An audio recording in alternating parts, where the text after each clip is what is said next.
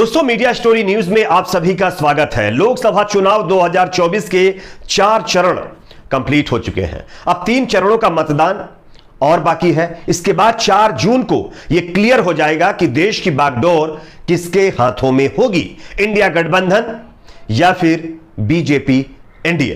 किसके हाथ में देश की कमान जाएगी, यह 4 तारीख को क्लियर हो जाएगा। लेकिन अभी तक 4 चरणों के मतदान के बाद इंडिया गठबंधन जहां एक तरफ वोट प्रतिशत से काफी गदगद है, तो वहीं बीजेपी एनडीए की तरफ से भी कहा जा रहा है कि उन्होंने तो भाई 250 प्लस सीटें जीत ली है। तो चलिए, अपने अपने दावे हैं, 4 जून को सब क्लियर हो जाएगा। लेकिन इसी बीच एक और दिग्गज चुनावी विश्लेषण करने वाले या विशेषज्ञ कह लीजिए, उनके द्वारा एक आंकड़ा जारी किया गया है। उन्होंने यह बताया है, एक दिग्गज हस्ती ने बताया है कि इस बार देश की बागडोर किसके हाथों में जा सकती है। क्या बीजेपी फिर सत्ता में वापसी करने वाली है या फिर इंडिया गठबंधन बाजी मार ले जाएगा। चलिए, हम इसका एक ओपिनियन पोल आपको दिखाने वाले हैं। उससे पहले आपसे एक छोटी सी रिक्वेस्ट करेंगे, इस वीडियो को ज्यादा से ज्यादा शेयर करिए ताकि दूसरे लोगों तक भी इसकी जानकारी पहुंचे। चैनल पर अगर आप नए हैं तो सब्सक्राइब जरूर कर लीजिए और हां, बेल आइकन प्रेस करना ना भूलें और वीडियो को लाइक भी करना ना भूलें। चलिए बात करते हैं आंकड़ों की। दरअसल राजनीतिक जो विश्लेषक हैं योगेंद्र यादव, उनका मानना है कि इस बार मोदी सरकार की विदाई होने वाली है। दूसरी ओर हालांकि बीजेपी एनडीए 400 पार के दावे पर कायम है, लेकिन राजनीतिक विश्लेषक योगेंद्र यादव का अनुमान बीजेपी और उसके सहयोगी दलों को टेंशन दे सकता है। योगेंद्र यादव ने दावा किया है कि 4 चरण की वोटिंग के बाद एनडीए का आंकड़ा 272 से नीचे चला गया है। उन्होंने यह सारी बात एक न्यूज चैनल से बातचीत के दौरान कही है। इंडिया टुडे में योगेंद्र यादव से सवाल किया गया कि आप जो दावा कर रहे हैं वो तो काफी हैरान करने वाला है। इस पर योगेंद्र यादव ने कहा कि मैं पॉलिटिक्स वर्कर हूं और राजनीतिक कार्यकर्ता झूठ नहीं बोलते।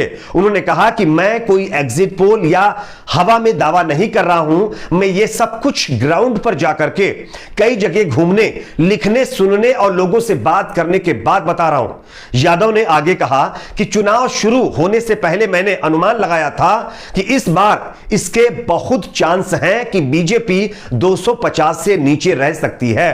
हालांकि इसे लेकर मैं बहुत आश्वस्त नहीं था। जब मैंने घूमना शुरू किया, लोगों से बात की और सुना, तब मैं इस निष्कर्ष पर पहुंचा हूं कि बीजेपी 250 सीटें भी नहीं निकाल पाएगी। एनडीए को 272 तो बीजेपी के 250 से कम सीटें आने वाली हैं।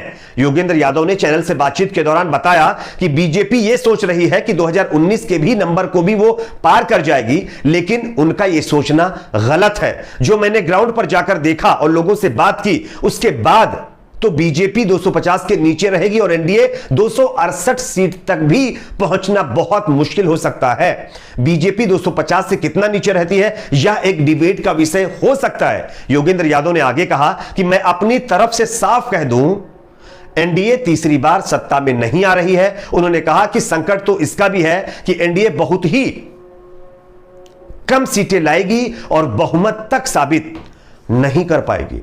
और इस तरीके के दावे सिर्फ योगेंद्र यादव के द्वारा नहीं किए गए हैं दोस्तों, कई और नेताओं के द्वारा किए गए हैं, कई और बड़ी हस्तियों के द्वारा किए गए हैं।